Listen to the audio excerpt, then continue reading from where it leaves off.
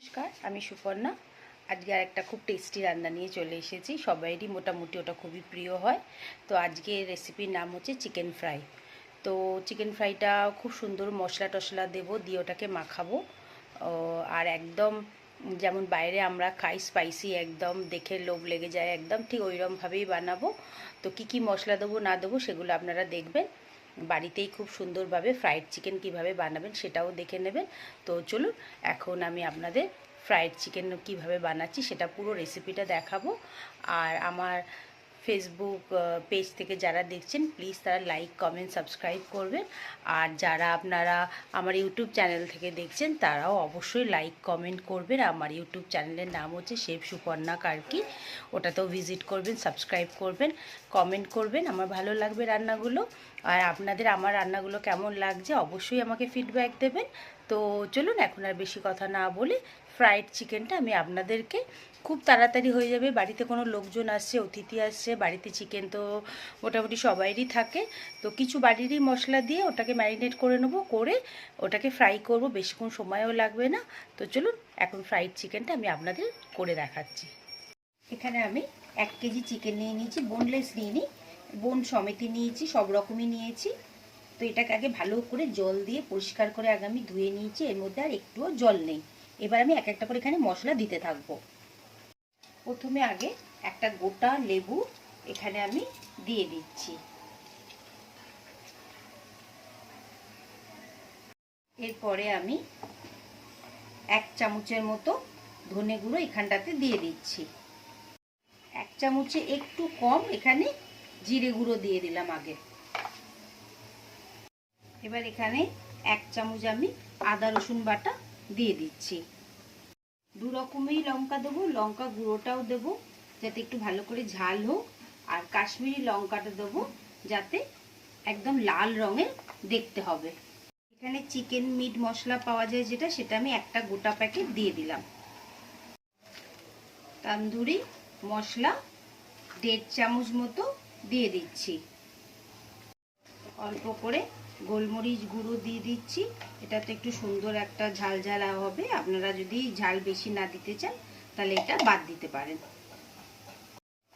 অল্প একটুখানি বিট নুনও এখানে আমি অ্যাড করছি। অল্প করে এমনি নর্মাল যে নুনটা আমরা ব্যবহার করি রান্নার জন্য সেটাও দিয়ে দিলাম। এবার 2টো ডিম আমি এখানে দিয়ে দিচ্ছি।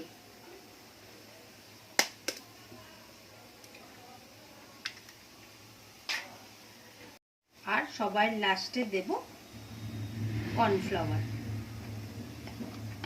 একটু বেশি করেই দিয়ে দিচ্ছি, কেন পুরোটা এখন এর মধ্যে মাখাবো, যদি পরে লাগে তখন আবার নয় দিতে দেবো। এবার প্রত্যেকটা জিনিসকে আমাকে হাত দিয়েই মাখাতে হবে ভালো করে, যাতে প্রত্যেকটা চিকেনের মধ্যে কোটিংটা যায় মশলা।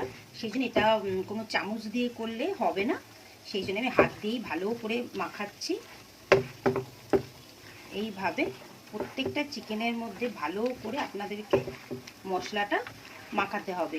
মাখিয়ে যদি নর্মাল টেম্পারেচার থাকে তাহলে বাইরে রাখবেন, আর যদি দেখেন অতিরিক্ত গরম আছে তাহলে ফ্রিজে অন্তত 1 ঘন্টা এটাকে, মানে রান্না ভাজার আগে 1 ঘন্টা পুরো এটাকে ফ্রিজের মধ্যে রেখে দেবেন। আমার মনে হচ্ছে আর একটু আমার কর্নফ্লাওয়ার এখানে লাগবে। দেখুন একদম পারফেক্টভাবে একদম লাল করে আমি এটাকে মেখে নিয়েছি কর্নফ্লাওয়ার দিয়ে। এবার এটাকে এখন 1 ঘন্টা মতো আমি এরমভাবেই রেখে দেবো। 1 ঘন্টা বাদে এটাকে আমি ফ্রাই করব। একটা ফ্রাইং প্যান বসিয়ে দিয়েছি, তার মধ্যে বেশি পরিমাণেই তেলটা দিয়েছি যাতে চিকেনটা একদম ডুবো ডুবো তেলে ফ্রাই হবে।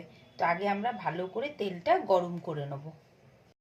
তেলটা মোটামুটি এখন গরম হয়ে গেছে, বেশি হাই ফ্লেমে আমি দিচ্ছি না। এবার কি করব, আমি এক একটা করে চিকেন নেব, নিয়ে আস্তে করে তেলের মধ্যে দিয়ে দেবো। এবার এটা আস্তে আস্তে ভালো মতো হবে।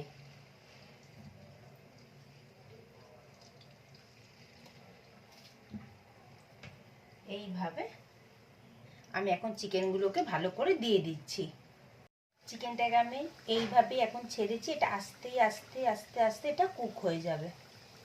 একটা সাইড হয়ে গেছে, এবার আমরা আস্তে আস্তে, যদি অনেকটাই তেল আছে পুরো সবগুলোকে উল্টে দিচ্ছি আর গ্যাসের ফ্লেমটাকে এখন মিডিয়াম করে দিচ্ছি। এটাকে আস্তে আস্তে আমি আরও 5-7 মিনিট ভালো করে ভাজা করে নেব। প্রত্যেকটা চিকেন এখন এইভাবে উল্টে দিলাম। এবার এখন আমি গ্যাসটা বন্ধ করে দিচ্ছি, দিয়ে চিকেনগুলোকে এখন তুলে নিচ্ছি। আবার 5-7 মিনিট বাদে আবার আমি চিকেনগুলোকে ভালো করে ভাজবো। দেখুন এখন দেখতে তো খুবই সুন্দর হয়েছে, এই যে কালারটা তো খুবই সুন্দর এসেছে। তো এখন আমি এরকমভাবে টিস্যু পেপারে উঠিয়ে নিচ্ছি। 5-10 মিনিট বাদে এটাকে আবার আরেকবার আমরা ফ্রাই করে নেব। এইভাবে এখন উঠিয়ে নিচ্ছি। চিকেনগুলোকে ভালো করে একবার ভেজে নিয়েছি, আর 5-7 মিনিট বাদে আমি আবার এটাকে আরেকবার ভেজে তারপরে সার্ভ করব। আবার আমি গ্যাসটা জ্বালিয়ে নিলাম, নিয়ে চিকেনগুলোকে আরেকবার আমি ফ্রাই করে নেব। গ্যাসটা এইভাবে এখন প্রত্যেকটা চিকেন আবার এর মধ্যে দিয়ে দিচ্ছি। চিকেনগুলো একদম ভালো করে ভাজা হয়ে গেছে দুবার। এবার আমি চিকেনগুলোকে, আমাদের ফ্রাইড চিকেন রেডি খাওয়ার জন্য। এবারে ফ্রাইড চিকেন রেডি হয়ে গেল। আপনাদের কেমন লাগলো রেসিপিটা অবশ্যই আমাকে বলবেন আর কমেন্ট করবেন। আপনারাও বাড়িতে বানাবেন এইভাবে ফ্রাইড চিকেনটা। আর কিছু অসুবিধা হলে আমাকে নিশ্চয়ই আপনারা কমেন্ট করবেন, আমি বলে দেবো। আমি যেভাবে বানালাম আপনাদের ভালো লাগলো কিনা বলবেন। আর আমার পেজটাকে প্লিজ সাবস্ক্রাইব করবেন, লাইক করবেন। আপনারা দেখছেন কিন্তু লাইক করছেন না, প্লিজ আমারটা করবেন, তাতে আমারও ভালো লাগবে, আপনাদেরও ভালো লাগবে। আমিও ভালো ভালো রান্না বানাতেও পছন্দ করি, আপনাদের দেখাতেও পছন্দ করি।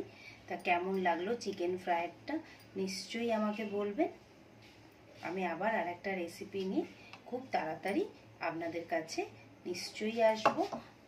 আর আমি ওপর থেকে অল্প একটুখানি চাট মশলা ছড়িয়ে দিলাম, এটাতে আরও ভালো টেস্টি লাগবে।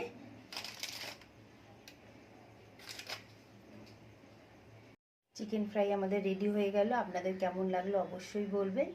আর আমার চ্যানেলটা সাবস্ক্রাইব করবেন, কমেন্ট করবেন, লাইক করবেন। আমার ইউটিউব চ্যানেল শেফ সুপর্ণা কার্কিতে যাবেন, সেখানে সাবস্ক্রাইব করবেন, রেসিপিগুলো দেখবেন। আপনাদের পছন্দ হলে আমাকে বলবেন, কমেন্ট করবেন। আপনারা অন্য কোনো রেসিপি দেখতে চান কিনা সেটাও বলবেন। আর আমার রেসিপিগুলো আপনাদের কেমন লাগে সেটাও বলবেন। তো অবশ্যই ট্রাই করবেন আর কমেন্ট করবেন কেমন টেস্ট হয়েছিল আপনাদের চিকেন ফ্রাইটা। তো আজকে চললাম, কালকে আবার আর একটা নতুন রান্না নিয়ে আসবো।